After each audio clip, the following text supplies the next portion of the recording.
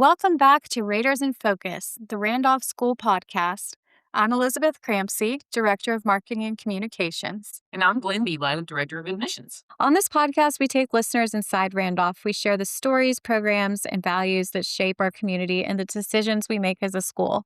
And today, we are taking you inside of the lower school. Lindsey Dunnavant is our special guest today. She's the assistant head of lower school and a longtime colleague and has worn many hats at Randolph. Lindsey, welcome.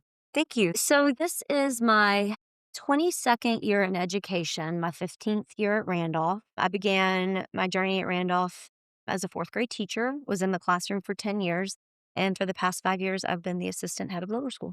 What brought you to Randolph? So there's a time in my life where I had a transition point from public school and was looking for something different. So a parent actually, when I was teaching in the public school, said, you should really check out Randolph. And so I did some research and was like, wow, this is a really cool place. And they happened to have an opening and I put in my job application and the rest is history. What was your first position at Randolph? So I was a fourth grade teacher. Before fourth grade, I've taught third, kindergarten, middle school gifted. So a variety of experience, but Randolph fourth grade has been my home, the classroom. Okay, so who came here first, you or your children? My personal children were, well, one of them was not born yet. So I came before my children. And then my oldest, who's a 10th grader, she came the second year that I was here. I believe that would be right. And then, of course, my youngest came when she was of age to enter into kindergarten. I've always known that I wanted to be a teacher in some realm. Pretty sure it goes back to preschool when they said, what do you want to do, career-wise? And I said, be a babysitter or a teacher. I've always loved children. And my husband, his journey's been a little bit different than mine, but he's also an administrator, started as an educator in the classroom and a coach. His parents are both educators. On my dad's side of the family, everybody was an educator. So it was kind of a natural fit. Our family's all into education. So now you're in the administration. As an administrator, can you tell us a little bit about your role in lower school and in the school-wide community? Sure. So as assistant head of lower school, I really work with the students and the teachers to build our community and work with kids when they are having difficult times adjusting and help them work through and move forward in those situations. I help with curriculum and helping the students to become successful through our student support team. I work with the scheduling of classes. And I have partnered this year with Kelly Wolf to round out our club's experience in the afternoons. You're really a connector between academics, culture, and care. It feels like you're the connection between faculty and staff and students and families. Can you talk about that a little bit? Sure. So one thing we like about our office as a lower school collective is that we really try to make it this open, inviting space. When you walk in, you might notice that the lights are off and the lamps are on. It's a very calming environment. So it presents an atmosphere that feels welcoming and not scary. Want the students to see us as a way to have a place to talk, feel like they can open up and work through things that they may have. Same feeling for parents. When they come in to check out a child, it's a great place to be there and just have a moment to connect and learn who they really are. I hope it's considered an open and welcoming environment, which builds community and helps people build trust and understanding and feeling like they can just reach out and have a conversation. Randolph's commitment to supporting students where they are is an evolution, I think, in my time here. And I know that you see that as well. Can you address that a little bit, how we support students and parents?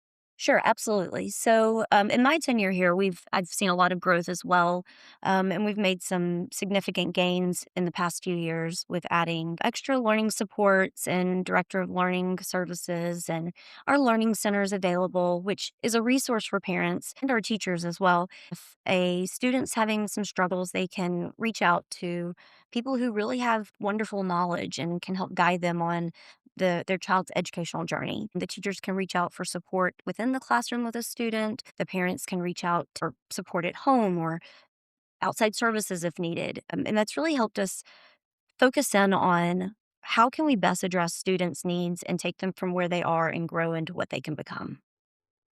Amazing. Let's start with the beginning of the lower school journey. Let's talk about pre-K. I know that you have been hard at work over the last couple years working on the pre-K 5 stars process, the application process. Sure. So our pre-K began, I guess, 4 years ago at this point. And in our first year, we were really digging in and getting our feet wet and doing all the good things and exciting things that come with building a pre-K. And one of our teachers said, there's a program out there that acknowledges all this good stuff, and it's the Quality Rating Indicator Scale, the STARS program, QRIS. And I started looking into it and realized that we do all these things to meet this 5-star status. What do we need to do to prove it? And so looking at it, we decided let's just go for it and see what happens. And I'm a bit of an overachiever and could not be happy with anything other than 5-star. So in our first year, we achieved 5 stars. Our teachers were amazing. We just had to show how amazing they were by putting some evidence on paper, and we got that 5-star That status. was a big It was a day. big, I felt like I remember celebration the day for pride sure. and all of the just joy in Absolutely. achieving that 5th star because you were appropriately cautious. Like, I think there are only 2 in North Alabama. I believe so, yeah. We're super proud of that and super proud of you as a colleague. You and Missy McLean, our head of the lower school, and the pre-K teachers, Carrie Smith, she'd probably get a shout out. Yes, Mhm. absolutely. She's still working with us to get that Yes. continued 5-star rating, Yes, correct? yes, she's our consultant and is really instrumental in helping with all the things that are needed to keep that Mhm. status available. Well, I had no doubt. You were cautiously optimistic, and rightfully so, since it is so hard to achieve. And that's my MO. I go in high hopes and just hoping that we've done the best we could because I don't want to settle for anything less. Yesterday, we had our pre-K pre-union, and we're all filled with joy. This is our first official gathering of the upcoming pre-K class, 48 kiddos. And the pre-K program is something to be shared. The way we approach whole child development and doing school the way Randolph does school with 4-year-olds is amazing. Can you talk a little bit about our pre-K program and what makes it so special? Sure. So our pre-K really is that special place. And seeing the children yesterday, I had those moments of, wow, I can't believe we're going to start this process again with these sweet little children. And think about our kids that are in pre-K now and just realizing how far they've come and how much they've grown academically, socially, emotionally, physically. And then seeing the graduation year of 2040 kind of gave me a It's free. little bit of a pause. Wow. Wow, I'm old. Just knowing that the teachers in our program have really taken what are basically toddlers coming out of that age 3 and moving them into what is very much acknowledge ready for kindergarten big kids. It feels good to know that the things that we do in our classroom, we take the children where they are and we move them forward. We see so much growth, and growth is really the goal. And our teachers approach education with growth mindset. We all have areas that we can work on, and they meet the kids where they are and move them forward. And I think that pre-union really solidified the growth in our current pre-K this year, that they're ready for K. They're ready to move on, and I can't wait to see what this new group.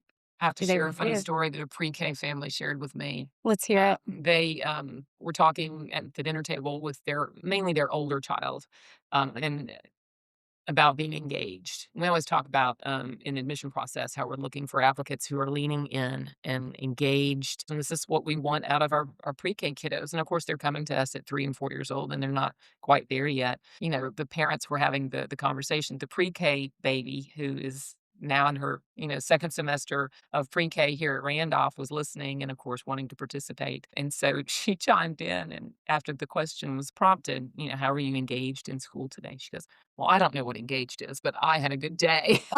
Sweetness.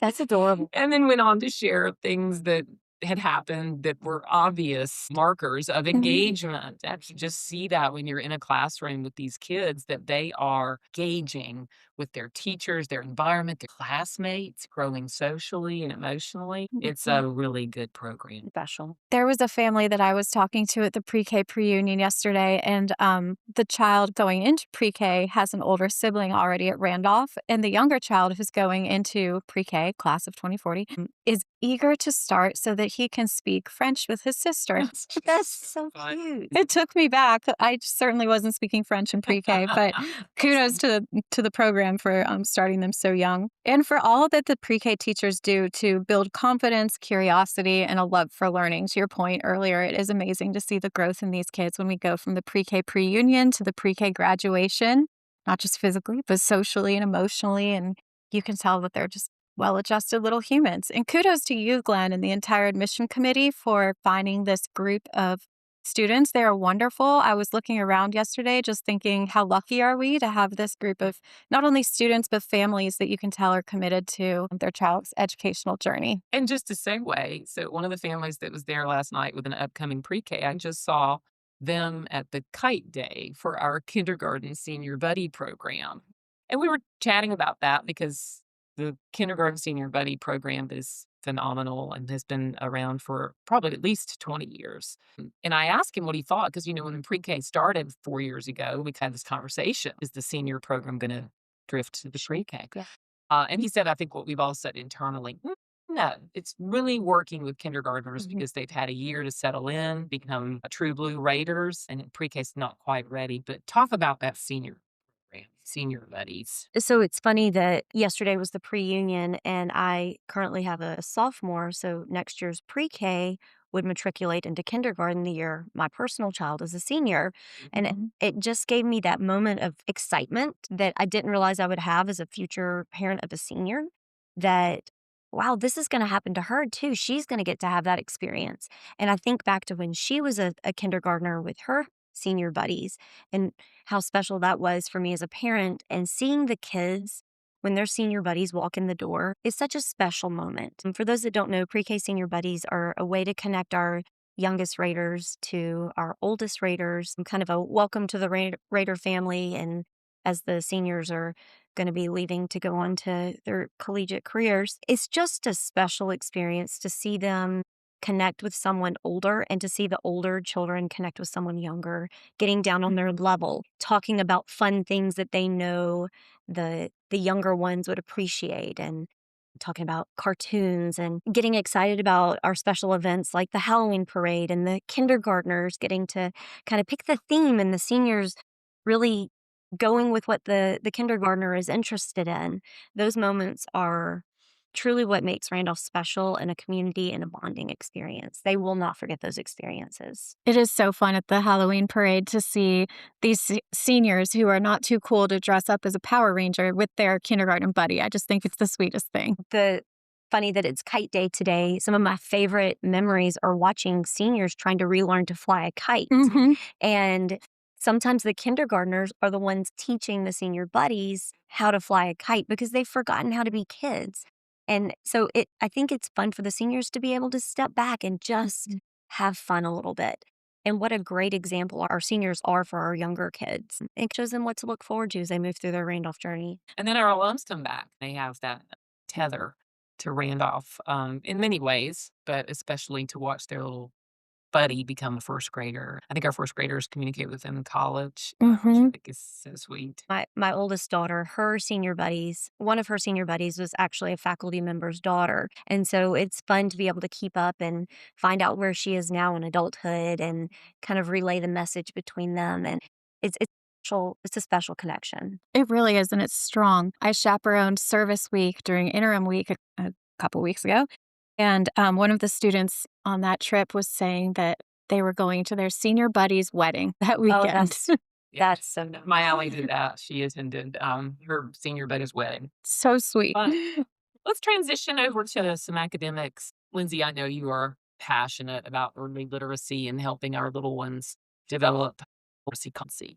So talk a little bit about how our kindergarten, first, second grade approaches literacy. So one thing that we've found, and that research has found, is that making sure that students have reading foundational skills early on is so integral to their future as in academics. We really want to focus in on the students, what their abilities are, finding any gaps, any strengths, capitalizing on their strengths and moving them forward, and just taking note of the things that are areas of concern that we might need to address because we know that early Mm. intervention is the key. For students that are reading above grade level or showing proficiency in certain areas, we want to make sure we challenge them and move them forward and making sure that we're meeting their needs. Our teachers do that in a variety of ways. We have different programs that the teachers will pull from for reading comprehension and vocabulary and writing and all the things that makes a true literacy program, full program, and always being aware that not everybody learns and grows at the same speed and making sure that we're addressing that when those maybe discrepancies come up. And one thing we know from research is that reading is not something humans innately do. Speaking does come to us, obviously, more naturally. Reading is not something that we're born being able to do. So, systematic, explicit teaching has been something that we really focus on and pride ourselves on to help our students be the most successful they can be. And you can really geek out on some science of reading. If listeners want to do some research and find out, they should know that Randolph is doing things at a very high rate and best practice amongst independent schools across the nation. We are always benchmarking, but you can do some research. Absolutely. We're lucky to have Jennings Miller as our Orton Gillingham Fellow. Can you talk about that approach and how our first grade teachers, it's such an important year with learning how to read, how they're equipped to identify some signs? Sure. So when we merged with Greengate, we really put a focus on understanding what dyslexia is and learning about the Orton Gillingham approach. So it's not a system, it's not a set of books that you read that's going to address it directly. It's an approach to learning. And our teachers found it very valuable that even if they were not teaching in our Greengate division, that it was important for everybody to have that information and that understanding because sometimes our classroom teachers might be the first notification to a parent that your child might be learning in a little different way. And so it's been wonderful with the partnership with Greengate in that our classroom teachers can talk to people who are experts in that field and say, hey, this is what I'm seeing. Are my intuitions correct? And they can go and kind of make observations. We can do some screeners and assess if maybe this child needs a different learning approach than what a typical classroom might have. So having Greengate available to our teachers, our students, has really been beneficial. And Jennings is our fellow on record, and she is a plethora of knowledge in guiding our instruction in students with dyslexic needs. And is it true that the Orton Gillingham approach helps all children learn to read, dyslexic or not? It's just such a great methodology. It is. It is something that, regardless of whether you're dyslexic or not, it's solid teaching. It's something that I wish I would have had as a child. I'm pretty sure that I was instructed through whole language, and I'm learning later in life and through the classes that I've taken through the Orton Gillingham method that I probably just had really good pattern recognition. I never was taught phonics. And so if I would have had this instruction that we have available now, I might actually understand spelling patterns and Mhm. the why behind it. I just do it. And so I'm kind of jealous that our kids get to have this special type of instruction. I think it would have been very beneficial Yes, to anyone. we're lucky, and our first grade students are in great place, and our goal is for every child to become a confident reader. So let's think ahead to other aspects of lower school. We've talked about pre-K, kindergarten, first grade. Let's look ahead to second, third, and fourth. Can you talk about some signature moments and traditions that are special to those grades? Absolutely. In second grade, this has been something that probably anyone that's graduated from Randolph could attest to. They always have such a special time in second grade with research projects. It's kind of a year where the students are old enough to really get into nonfiction reading and glean a lot of information from that nonfiction research. So, two of the big projects that our second graders embark on is they learn about the Iditarod and happens to coincide with our interim time frame. And so there's a lot of background research on the different mushers and what the Iditarod is. And they follow the Iditarod and learn more about that every year. They also do our wax museum, which is a big end of the year celebration with full on costumes and presentations. They do big research projects on states. So the Wax Museum is tied to their biography unit. So writing Absolutely. notes, I love those projects. I learned so much about students that I've known Yes. for 3 years, but those are moments that they include in their timelines. I was like, wow, that's really special. I didn't know that about you. Yeah. Our third graders, they hatch chickens every year. That's such a feature event for our third graders. They participate in immigration simulations through our content information on learning how immigrants came to America through Ellis Island. They have a marvelous menagerie where they celebrate their research skills and present that to an audience. They get to have a real world audience. And then we end with our fourth graders who visit Williamsburg based on their research and their learning in their classroom. They do an Oregon Trail simulation at the end of the year. All these moments are just special and oftentimes will pop up in senior speeches and graduation addresses, salutatory addresses. So we know these moments are meaningful for students. I think when I'm on tours with families, technology is always kind of a hot button topic. So our students don't have their own device Correct. in lower school, but they know how to use them. Correct. And we don't shy away from embracing things like AI and digital footprints. Can you speak a little to how our students integrate with technology? Sure. Technology is a tool. It's not something that we want to focus so heavily on that our students don't know how to use tactile books or the written word on a piece of paper. It's a tool that can be used for a variety of different things. So research might look like picking up a book from the library, or it might be a Google search, but it's stepping them into a world that we know technology is not going away. So we want to be responsible users, but not fixate on it. I want to talk about the character development and our core values. Can you talk about how those are instilled in the children from a young age? Sure. So, our social emotional learning program at Randolph is something that we really all embrace. It's not something just the guidance counselor might implement, although she does get in the classroom to make connections with the students and build relationships and be there as a resource for our students. Really an idea that our whole faculty has taken on. Many years ago, we were trained in responsive classroom.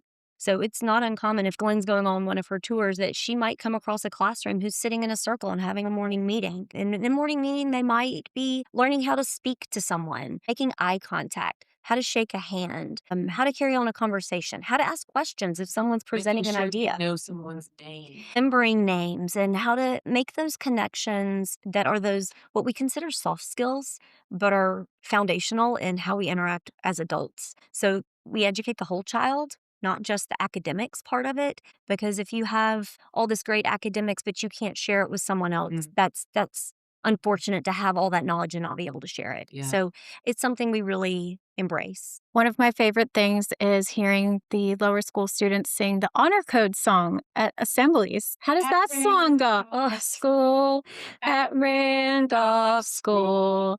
This is our honor pledge.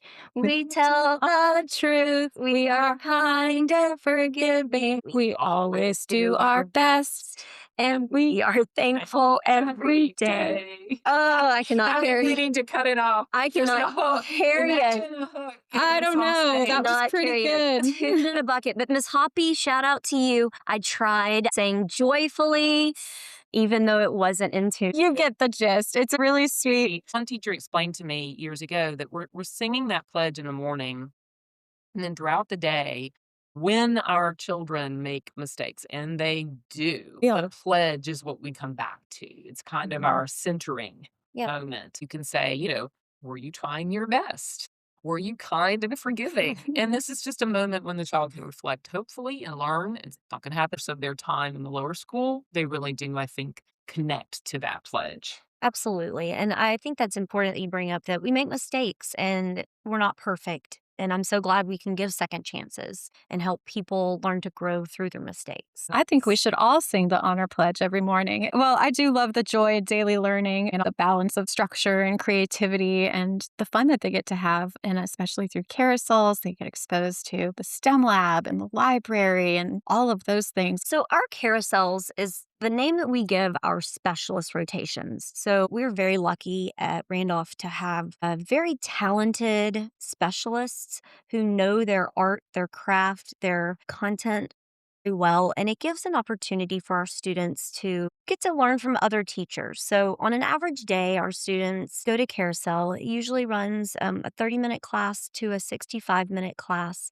And a variety of topics of a world language. We have French and Spanish. Students might also visit our music instructor. They might visit our art teacher, our technology teacher, our science lab. I feel like I'm leaving out one more. But these are opportunities for students to learn more than what's inside the academic curriculum. So these co curriculars are so important to educating the whole child and really hitting some topics of interest that students really have and show real prowess in some areas. Well, it's a wonderful program. I commend you for all that you do and all the lower school teachers and the entire lower school administrative staff. It's a beautiful program. And soon we'll have a beautiful new school to match it. They've broken ground on our pre-KK building, and hopefully, in just a couple of years, we'll be in that building and sharing some special new experiences in a new facility. Not just a new facility, but an improved car line. Absolutely. We know Carline is always on everyone's mind. That was actually one of the questions I got yesterday at the pre-union was about what does this mean for Carline? So don't worry, folks. We definitely have that in mind as we are building this new pre-KK Oh my goodness, if building. we don't do anything at Randolph School, we think things through. Don't we? Someone asked me yesterday about having 2 kids, one on each campus, and just, we have students now who take a shuttle from the Drake campus over to the upper school. So we absolutely are already thinking about how we can help families in that crunch time. That it's not a promise that we're going to find the perfect solution, but we really do anticipate, helping families as much as we can in that situation. Yes, we're so excited. So last episode of this podcast, we had Meade Davis on here talking about the development of the new lower school and all of the exciting things happening. We can't wait for this new pre-KK building to come to life, and then shortly after the 1 through 4 building, and all of the opportunities that this new space will provide.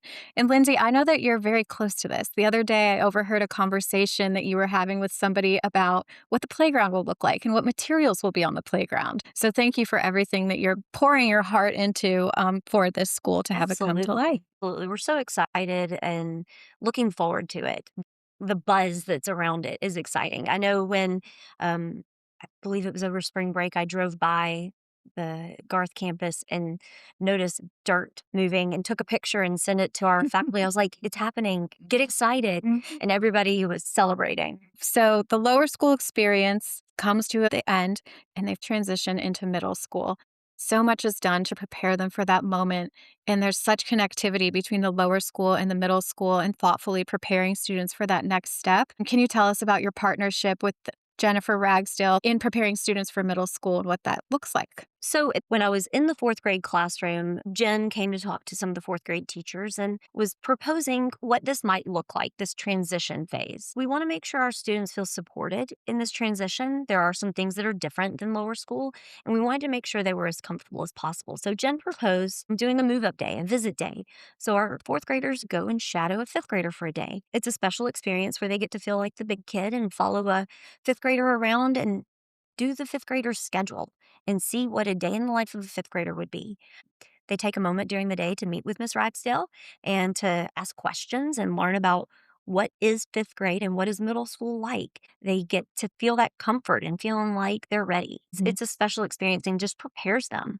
It's a transition for parents too, as middle school students become more independent. So, can you tell us about some of the informational sessions and gatherings that we have with parents to help them navigate that transition as well? Sure. So fifth grade has made it a pretty concerted effort to host different events where they can meet rising fifth grade parents, different times of the day, different days of the week. So hopefully everybody would have an opportunity to have some FaceTime with the administrators at the middle school and really get to know them. They've been used to us and it's a transition and they want to know them just as much as they've known their lower school administrators. So it's a great opportunity.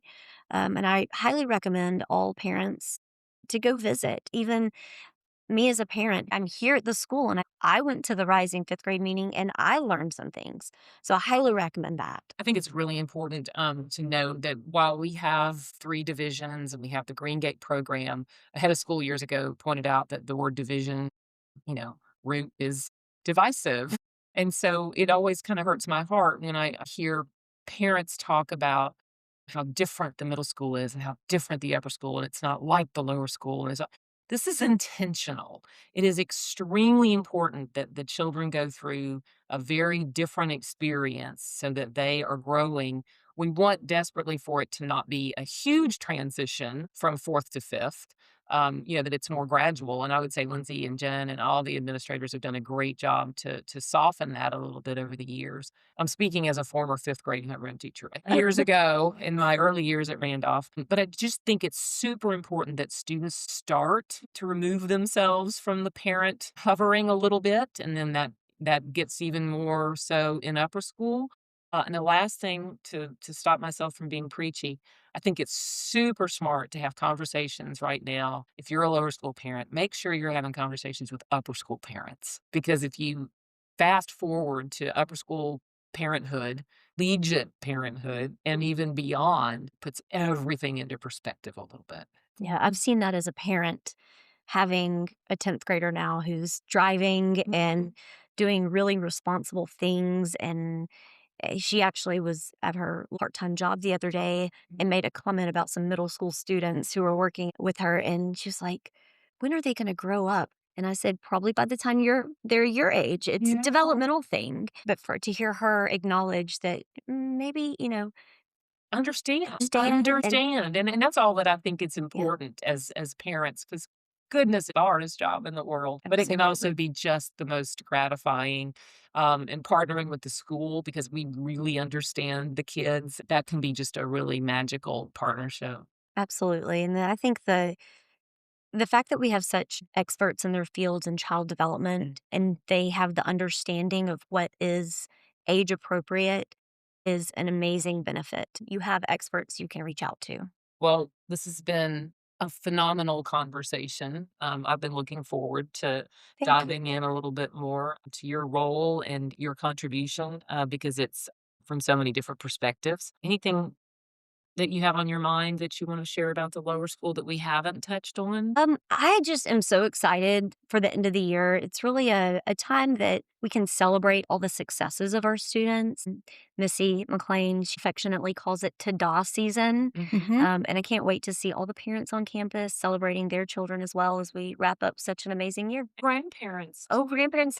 Don't the chicks usually hatch right around The Grandparents' chicks Day? get to go home with families on Grandparents' Day. I have You s too, grandparent, can have a chick. I have seen grandparents walk off campus with a box of chicks before. They're dedicated. Rest of the year, the fourth quarter is a fun time as the sun is shining and the flowers are blooming. Yes, ta-da season is upon us. So many things to look forward to. The fourth grade moving up ceremony is always a fun one. And if you're a prospective parent out there, come tour if you haven't already. We have tours that are ongoing pretty much through the end of April. We stop tours a lot during the May season because it gets It's a little ta-da nutty. season. Yeah, it gets a little nutty on campus, but we sure are scheduling those tours, and it's a great time to come see the campus. So definitely schedule a tour online and come see us. Well, Lindsay, thank you so much for joining us today and sharing all of your insight and for all that you do for not only the lower school, but the entire Randolph community. Thanks for having me. Thank you so much. And for now, This this is is Raiders in Focus. Focus.